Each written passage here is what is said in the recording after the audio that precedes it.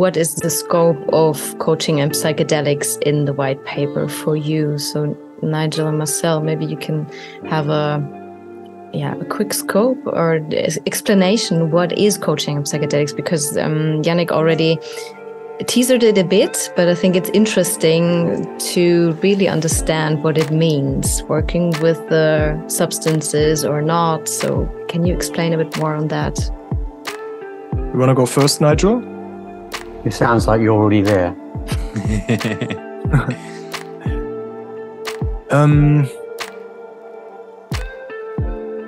So let me start at just a random point. For me, coaching is like in the combination with psychedelics to what comes up is integration.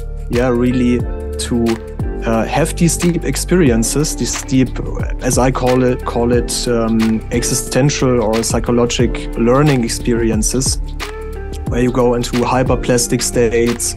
You're very open and curious to new experiences, and then to get coaching, as Yannick introduced it, to like non-clinical interventions to really foster it into your daily life.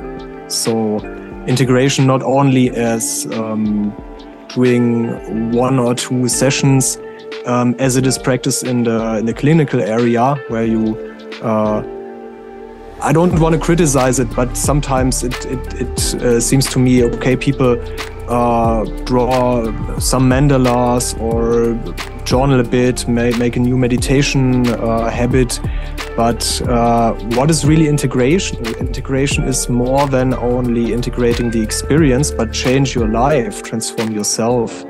And there you need coaching, where you can months later or maybe years later come back to your coach that maybe supported you at the session in a legal manner, or at least is your integration coach, and then helps you with specific daily problems to get in contact with your resources that you maybe discovered in your psychedelic sessions, that you are more than your idea of yourself, that you have a lot of potential or wishes, that what you want to be, you rediscovered your true values, your true self, and how to apply that, for example, in your work life or in your relationship, in direct communication, in difficult conversations, or when you're stressed, when you have tons of work to do, how to sustain your self-contact and to be in this open and grounded state that you had in the psychedelic sessions.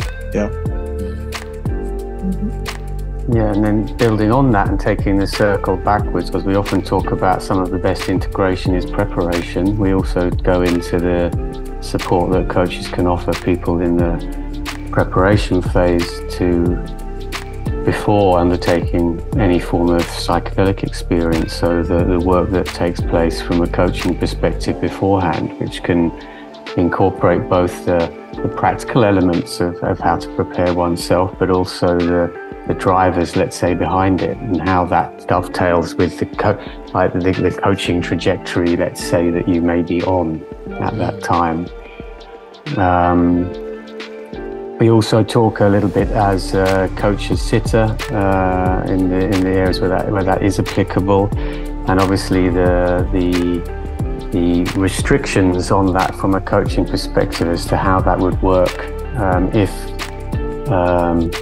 the coach also fulfills the role of guiding the psychedelic experience as well, and the ethical considerations behind that.